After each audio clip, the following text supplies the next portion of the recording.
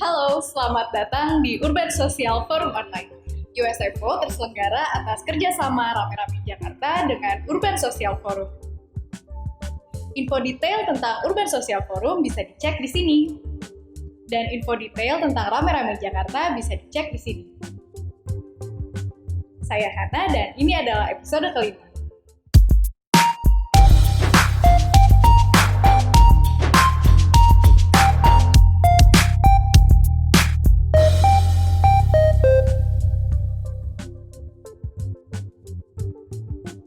Dalam episode sebelumnya, kita sudah membahas banyak aspek tentang apa itu sektor informal dan bagaimana karakteristiknya. Kali ini kita akan membahas tentang alasan kenapa para jagoan tersebut memilih untuk menjadi pelaku usaha sektor ekonomi informal. Ada anggapan bahwa pelaku usaha sektor informal adalah pengusaha kecil dan menengah yang kelak akan tumbuh dan berkembang menjadi usaha formal. Ada pula yang berpendapat sektor usaha informal muncul dari ketidakmampuan sektor usaha tersebut untuk memenuhi persyaratan menjadi sektor usaha formal. Benarkah demikian? Kita simak sejenak hasil wawancara berikut.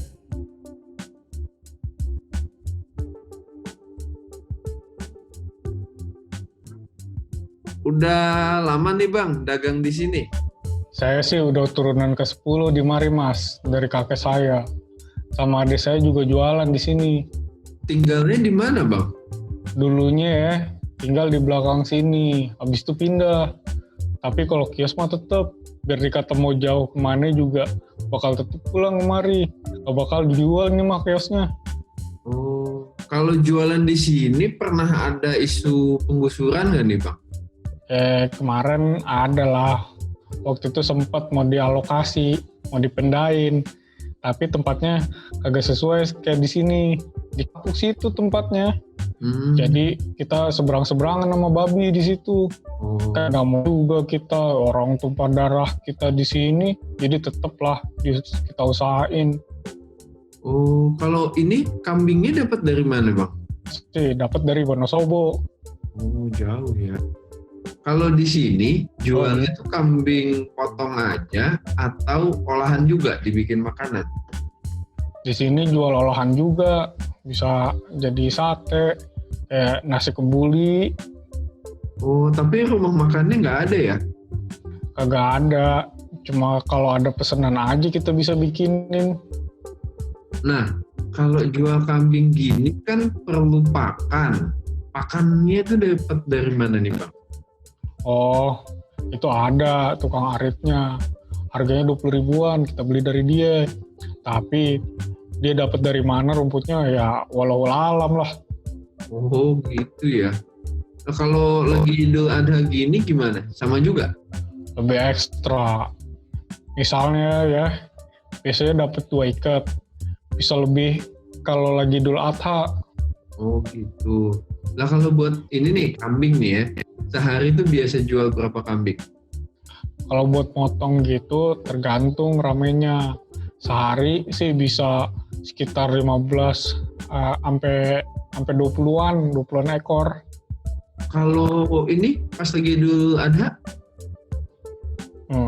Itu tergantung juga perbandingannya gini lah. Kalau sehari 2 hari bisa 20-an, 20 ekor. Buat dagang ke tukang sate, ya. Kalau Idul Adha bisa 70 sampai 80. Wih, jauh ya. Lah kalau hari biasa tuh omsetnya berapa? Kalau hari biasa nih, nggak Idul Adha. Kira-kira minimal bersihnya bisa lah 15 jutaan. Tapi kalau di sini ada karyawan juga kan. Oh, karyawannya berapa orang, Pak? Di sini kita pakai 4 orang. Sama adik saya juga. Ini 4 orang sama Abang? Kalau saya gimana ya? Ya cuma gini aja, ngontrol semuanya. Tapi dulu saya juga kerja kayak gini, awal-awal kayak gini. Pas orang tua meninggal, baru saya nerusin. Oh, ini jadi warisin dari ini ya, orang tua ya? Iya Mas, keluarga aja lah semuanya. Paling tukang potong aja yang nyuruh orang lain.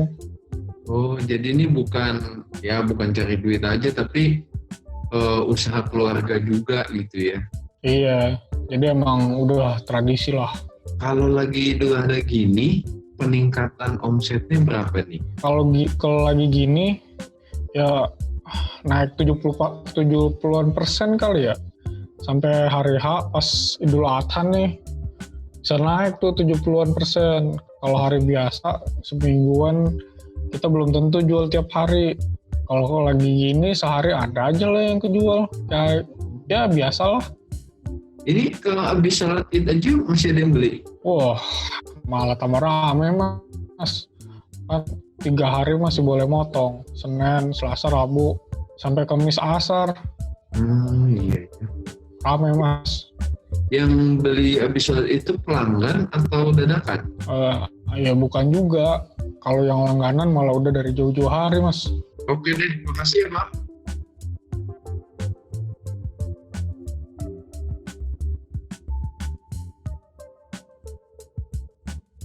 Malam Mas, tanya-tanya. Iya, nggak apa-apa. Saya jawab Mas.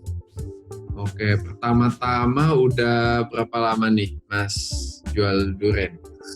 Jual durian 10 tahun lah Mas, kurang lebih. Dulu tuh saya sama keluarga tuh kan suka makan durian. Lama-lama ya daripada dimakan sendiri ya mending jualan juga. Oh, jadi pecinta durian juga nih selain penjual ya? Oh iya dong. Nah, ini kenapa jualnya pas malam doang nih Mas? Ya kalau aturan sini mah siang nggak boleh. Baru mulai boleh jualan tuh jam 4 sampai jam 1 pagi lah kira-kira. Tapi umumnya orang itu nggak jual durian ya, kecuali malam. Iya, soalnya kan kalau durian siang-siang mah nggak cocok. Enakan malam kalau durian. Mungkin juga kan kalau siang habis makan siang gitu kan susah kalau makan kan buru-buru nggak enak. Belum lagi kalau ada teman kantor yang nggak suka baunya kan. Iya sih. Nah, gimana taunya mana durian yang lebih enak Mas? Tergantung orang sih Mas. Ada yang suka manis, ada yang suka pahit, ada ya kalau ahli-ahli durian sih bilangnya dari bau gitu kan. Kadang ada yang juga dimintain buka dikit. Biasa kita kasih bau-baunya, kita kasih cium gitu sama colekin dikit gitu. Biasa yang ahli-ahli durian mah gitu. Oh iya sih, pedagang durian sering gitu. Nah kalau orangnya nggak suka nih gitu. Nah kalau yang bilang sih 2 orang sih biasa kita ganti yang baru. Kalau misalnya ada 2 orang gitu ngomong rasanya nggak enak, kita ganti yang baru langsung. Yang itu mah kita jual lagi. Nah jualnya kemana tuh yang nggak laku gitu? Ya ke tukang-tukang tukang-tukang sop durian gitu. Biasa kan ada tuh di depan tuh sop durian. Biasa sih jual-jual ke yang pedagang-pedagang begitu. Kalau mereka mah buahnya beda-beda kan nggak masalah. Ya jual aja ke mereka. Ah iya, bener juga Mas. Nah yang terakhir nih, kalau Mas Eko suka rasa durian yang mana? Saya mah durian apa aja dimakan Mas. Ya kalau boleh milih sih yang rasanya agak-agak pahit manis lah. Oke deh, makasih ya Mas. Ya, yo sama-sama Mas.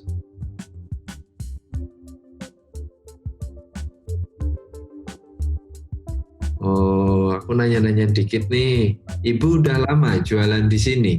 Wes lama Mas di Jakarta. Tapi ning tempat anakku sebelah sini, ya usaha sendiri lah. Oh, kenapa dulu usaha warung Bu mulainya? Ya warung iku nek penghasilannya ada setiap hari gitu Mas. Buat anakku sekolah, mau lulus STM ini. Oh, lah dulu Ibu ke Jakarta niat awalnya ngapain Bu? Terus saya pengenannya usaha sendiri, gak mau ngerecoki anak gitu. Umpamane bisa usaha, ya saya kerjakan. Jualan warung ya mau. Dulu iku saya di kampung, gak kerja. Jualan gak payu, gak laku. Terus habis gitu saya garap pitik Mas, ayam kampung itu. Beli jantannya 1, sing betinane satu tak kawinin, jadi banyak. Dari situ saya jual buat ya sehari-hari lah Mas. Nah, pertimbangannya apa Bu? Pindah ke Jakarta dulu. Dulu itu saya tanya suami, Pak mau gak ikut jualan ke Jakarta? Jawabnya ya mau, uang buat anak. Oh, kenapa milihnya Manggarai Bu? Yo, buat dagang supaya laku, saya taunya ya di sini. Keluarga ya juga deket sini, deket juga sama anak-anak. Ya nggak mau wes daerah lain. Oh gitu. Lah Ibu tetap ingin kerja walau anak-anak sudah besar ini Bu? Pengenane kerja Mas, gak mau minta-minta ngerecoki anak. Ya kalau bisa sendiri cari uang, masih bisa enak cari sendiri yo wes guys. Gak bisa ya wes gak popo. Bapak yo ikut bantu-bantu, soalnya wes gak kerja. Biar rasanya Bu, gimana rasanya tinggal dan usaha di Jakarta? Ya lek dibandingin sama ning Madiun, yo enak sini Mas, hasilnya bisa buat bayar sekolah, bayar listrik ning Jakarta sama di Madiun. Kebutuhannya terpenuhi, alhamdulillah. Nek di Madiun ada hasilnya, tapi ya sedikit daripada di Jakarta sini. Oh gitu. Yowis, makasih ya Bu.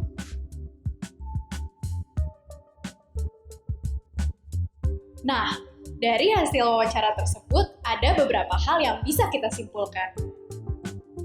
Yang pertama, setiap pelaku usaha informal kemungkinan punya alasan yang berbeda-beda. Kenapa mereka memulai usaha tersebut atau memilih menjual komoditas tertentu. Juga kenapa mereka memilih lokasi tertentu untuk berdagang. Ada yang dilatar belakangi oleh kejadian di luar kendali mereka. Misalkan, terkena gelombang PHK, lalu beralih profesi yang dimungkinkan oleh kesempatan yang ada. Ada juga yang secara sadar memilih bentuk usaha informal dengan alasan lebih sesuai dengan kebutuhan dan keadaan masing-masing. Seperti fleksibilitas waktu usaha, bakat atau potensi yang dimiliki, atau bisa jadi karena godaan profit yang lebih besar daripada sektor usaha formal. Yang kedua, ada celah ekonomi yang sepertinya terbuka bagi inisiatif-inisiatif baru dan kontekstual di metabolisme kota. Celah ini terbentuk akibat tidak sempurnanya pelaksanaan sistem ekonomi formal yang ada. Sebagai contoh, jika kita berjalan-jalan ke sebuah pusat bisnis seperti SCBD atau Mega Kuningan, kita akan melihat sebuah sistem ekonomi dan tata ruang kota yang sangat formal dan teregulasi.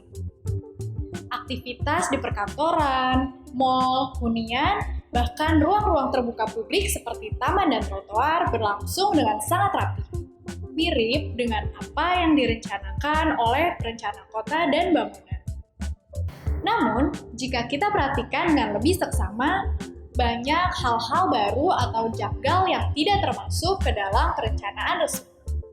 Ada transaksi ilegal antara pedagang makanan dengan pegawai kantoran di kawasan tersebut pada jam makan siang melalui tembok yang bolong. Atau kita dengan mudah menemukan puluhan starling berkeliaran dengan bebas dari satu perkantoran ke perkantoran yang lain, menjual dagangannya ke beberapa petugas keamanan, penjaga parkir, pekerja konstruksi, atau pegawai pulang kantor yang menikmati asupan kopi hangat. Ketidaksempurnaan desain dan perencanaan sektor formal seringkali terjadi pada aspek subjek yang direncanakan. Meskipun sangat formal, kawasan bisnis di Jakarta dipenuhi oleh banyak sekali aktor dari latar belakang sosial dan ekonomi yang berbeda. Hanya ada beberapa CEO dan sebagian kecil manajer di kawasan tersebut. Sedangkan sisanya adalah pegawai menengah dan kecil yang gajinya mungkin tidak terlalu berbeda dari standar upah minimum regional Jakarta. Sektor formal seringkali hanya menyediakan fasilitas ekonomi dan sosial bagi segmen tertentu saja, dan mengabaikan kebutuhan segmen ekonomi yang lebih kecil. Tidak semua orang merasa cocok untuk makan di restoran atau kafe yang mahal misalnya. Ketidaksempurnaan ini pada akhirnya disambut oleh para pelaku usaha ekonomi informal. Seorang pedagang Starling misalnya, dengan mudah bisa bersahabat dengan satpam penjaga keamanan gedung karena ada simbiosis mutualisme di antara mereka. Atau misalnya pedagang ketoprak disambut gembira oleh banyak sekali pegawai kantoran yang merasa lebih cocok dan enak untuk makan ketoprak yang original dibandingkan dengan menu kafe yang rasanya kadang lebih hambar tapi harganya jauh lebih mahal. Sektor informal juga muncul di ruang-ruang kota yang sangat formal. Coba deh, pasti kalian pernah menjumpai beberapa pedagang bakpao atau minuman kemasan yang berjualan di tepi jalan tol dalam kota. Apalagi pada saat menjelang jam berbuka puasa yang berbarengan dengan jam pulang kantor. Kemacetan yang hampir selalu terjadi di sebuah lokasi dipandang sebagai sebuah peluang yang menggiurkan untuk disambut oleh pelaku usaha informal. Kawan-kawan masih ingat nggak? Seorang penjual sate yang sempat viral sibuk melayani pesanan dari ratusan tentara dan polisi yang berjaga pasca serangan teroris di Tamrin pada 2016 lalu. Keramaian, apapun latar kejadiannya, adalah potensi pelanggan. Maka jangan heran kalau ada bencana atau kecelakaan di Jakarta, tidak lama kemudian akan muncul keramaian yang diikuti oleh kehadiran pedagang kaki lima atau asongan. Setiap kehadiran infrastruktur baru di Jakarta menghadirkan peluang-peluang ekonomi baru yang lebih sigap ditangkap oleh pelaku usaha ekonomi informal. Contoh lainnya, kehadiran Joki 3-in-1 di Jakarta yang menyertai kebijakan pembatasan lalu lintas pada waktu itu. Nah, menurut kawan-kawan semua, apakah ada alasan lain yang belum disebut? Kita bahas di forum diskusi ya. Atau bisa juga tulis pendapat di kolom komentar di bawah ini. Di episode selanjutnya, kita akan membahas tentang peran sektor ekonomi informal di kala krisis atau bencana. Sampai jumpa!